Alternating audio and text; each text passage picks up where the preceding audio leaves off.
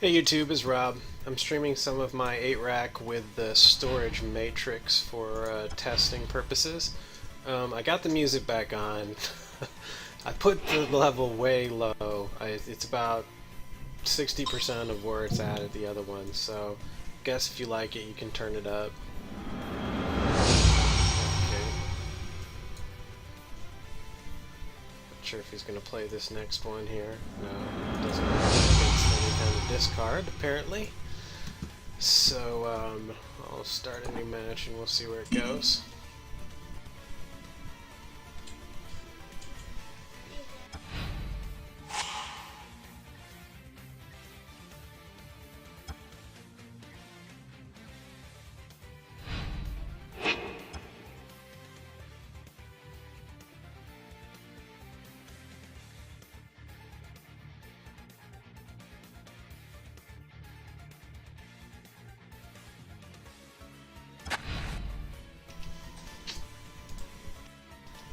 Okay, I'm back. Alrighty, so another match. See how this one goes. Maybe the dude just picked the wrong deck last time. Done that before. Alright.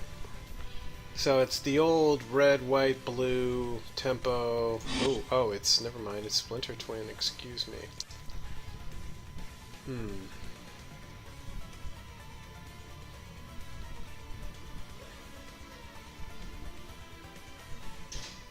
He needs lands to go off turn 4.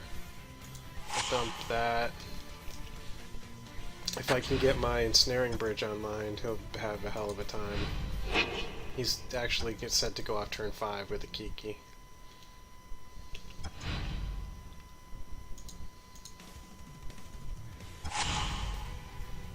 That'll help. That will definitely help.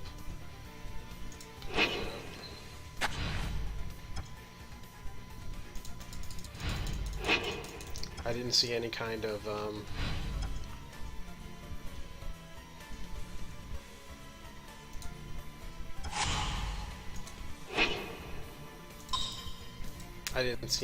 defense to this. Now, if he has Splinter Twin drawn, he can go off next turn.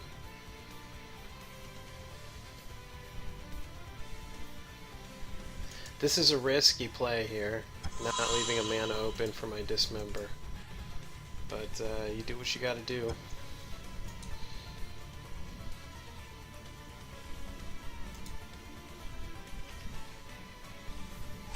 If he did rip the Splinter Twin along, well, I don't think he could have done both.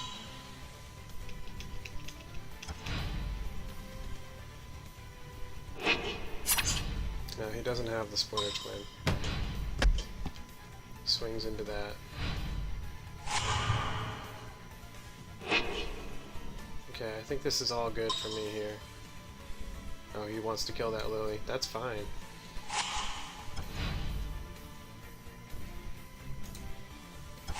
He should cast the... In my opinion, he should cast the... he should have cast his Pestermite during my upkeep and tapped one of my lands down.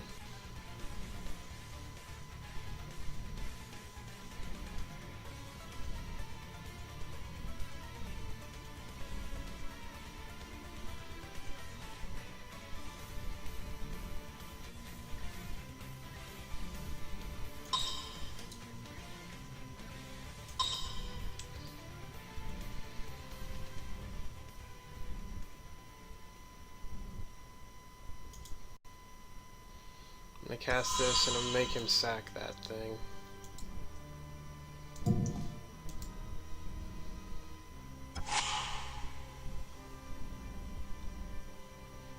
And then when he casts his Pestermite at the end of my turn, I'll kill it with a Dismember. Oh, he doesn't cast the Pestermite, that's interesting.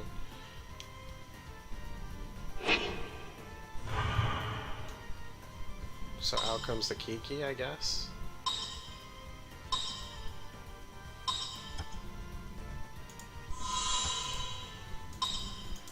I'll kill that, no problem.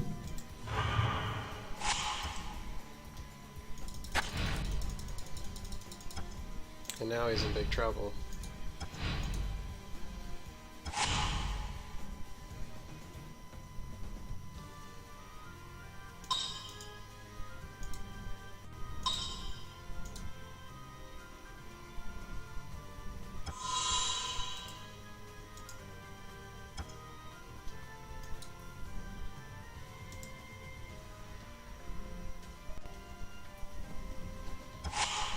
goes his other Pestermite, and he can't swing at me. So he's just trying to top deck and answer to both Lily and Ensnaring Bridge, and that doesn't look good for him.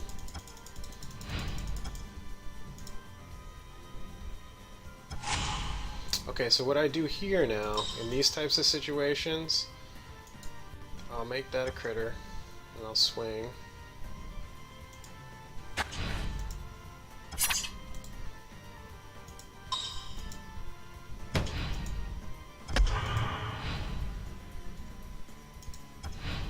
And now I'll +1 her.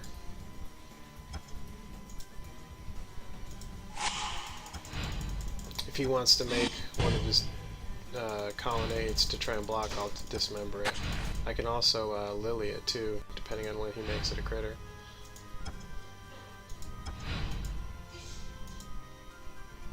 Alright, he's holding the card.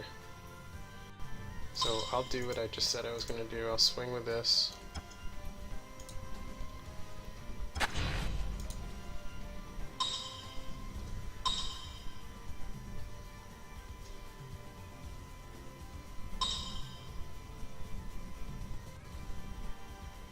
Yeah, you gotta get white from the colonnade, buddy.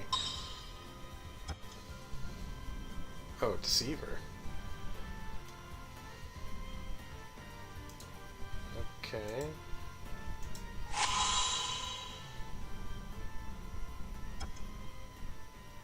Just gonna tap my Mutavault. Oh, okay, tap that instead.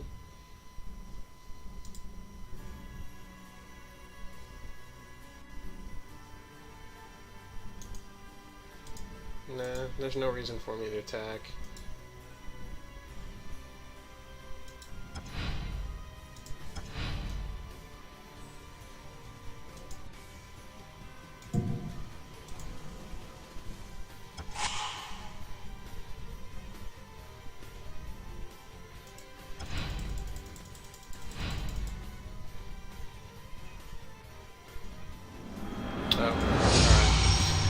Well, I really took him to town there, to be honest with you. He didn't. I didn't. Never felt really in threat. There was a little bit of a gamble when I tapped out to play my first Lily, but other than that, I felt in control the entire match. So that's good because Splinter Twin is an amazing deck. It's really good in this meta. I think it's really good. You know, if you have a meta filled with like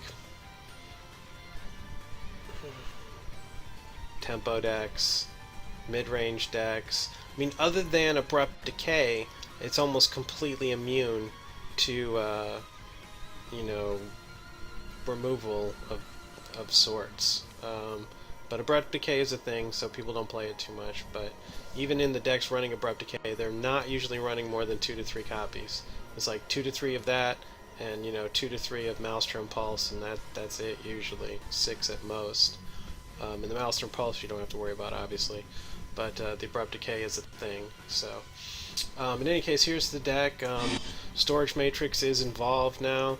I gotta keep testing to get a feel for the card because you're not going to see every card every match. So it's going to take some time to get a good feel for it. But I will say that preliminary testing has been extremely positive. I had a game which I'm going to stream.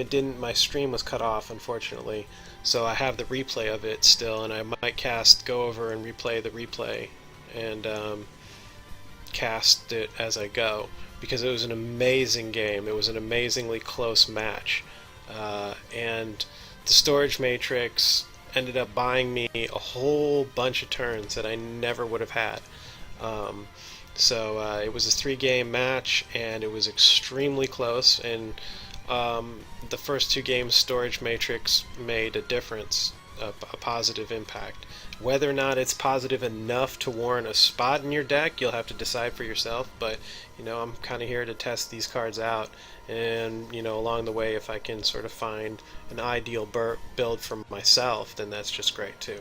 So so far it's interesting, it's cool, it fits the whole stacks kind of a theme that this deck is reminiscent of. I think a deck that might have more impact in. I actually read a comment of someone who was alluding to the same kind of a thing.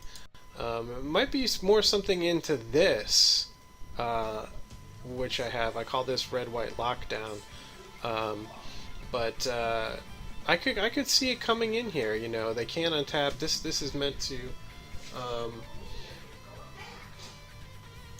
sort of lock them out. You know, you've got the ley line and the bridge combo. So if you have those two things in play, you obviously have control of your hand size. So if you have these two in play, they have to answer that before they can do anything.